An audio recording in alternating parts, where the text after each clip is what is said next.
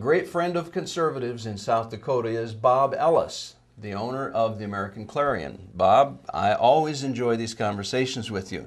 As do I. We're talking earlier about the fact that the United States Senate has not produced a budget for approaching 4 years. It's incredible. You know, it almost seems like they have done that on purpose so that they can sit back and criticize anything the Republicans do, budgetarily speaking, without putting anything out there for themselves for criticism.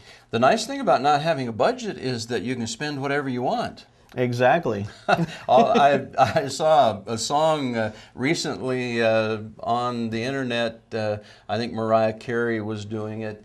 All I want for Christmas is you. Well, I think Congress has just developed the attitude, all we want for Christmas is everything. My wallet. That's right. They want it all. Yeah. And without a budget, they have no real constraints, do they? No, they don't. I mean, look at what we do as individuals, as people. Whenever we sit down and we look at our income each month, we look at what our bills are, we have to budget to make sure that we have enough money coming in and we don't have too much money going out. And whenever you don't budget, whenever you fly by the seat of your pants, you don't have to worry about it. You just keep writing checks as long as you have checks in the checkbook. You don't worry about if there's money in the bank. And Bob, you know something that's bothered me, and the question would be, when does presenting misinformation become a lie? Well, I think that happens pretty quick. Here's the misinformation I'm going to share with our viewers. We hear Republican leaders and our governor in the state of South Dakota time and time again saying we've balanced the budget without raising taxes. Is that true or false? Well, it doesn't appear to be true.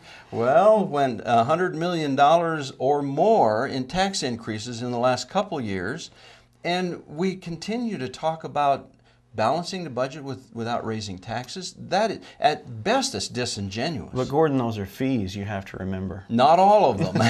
but the definition of a tax is when the government takes money out of your pocket to fund their programs, that's a tax. Yeah, yeah. And when government increases the money they take out of your pocket, that is definitely a tax. It is. Well, you know, with the state does do a budget, but the most recent one is $4.1 billion. And one of the things that was interesting to me in the governor's budget, is it accurate that that Governor Daugaard is proposing to spend $500,000 on expanding the Mickelson Trail? Well, I'm not. I've heard that. I've seen it. Yeah, I've heard that, but I'm not sure. Well, I would just say, if that's accurate, will you please call Governor Daugaard and say, we need to focus on fiscal responsibility? And wouldn't that be a great project to fund through private donations? That's how we did so many things like this in ages past in our country, is we did things like this through private donations. People took care of these things themselves. Now, I love the Mickelson Trail. I have biked on it before. I have hiked on it before. It's a wonderful thing. But is that really where we need to be spending our tax dollars, especially with the economy the way it is? Well, what that means is that we're continuing to dip into everyone's pockets to fund a project that really isn't essential government service. No.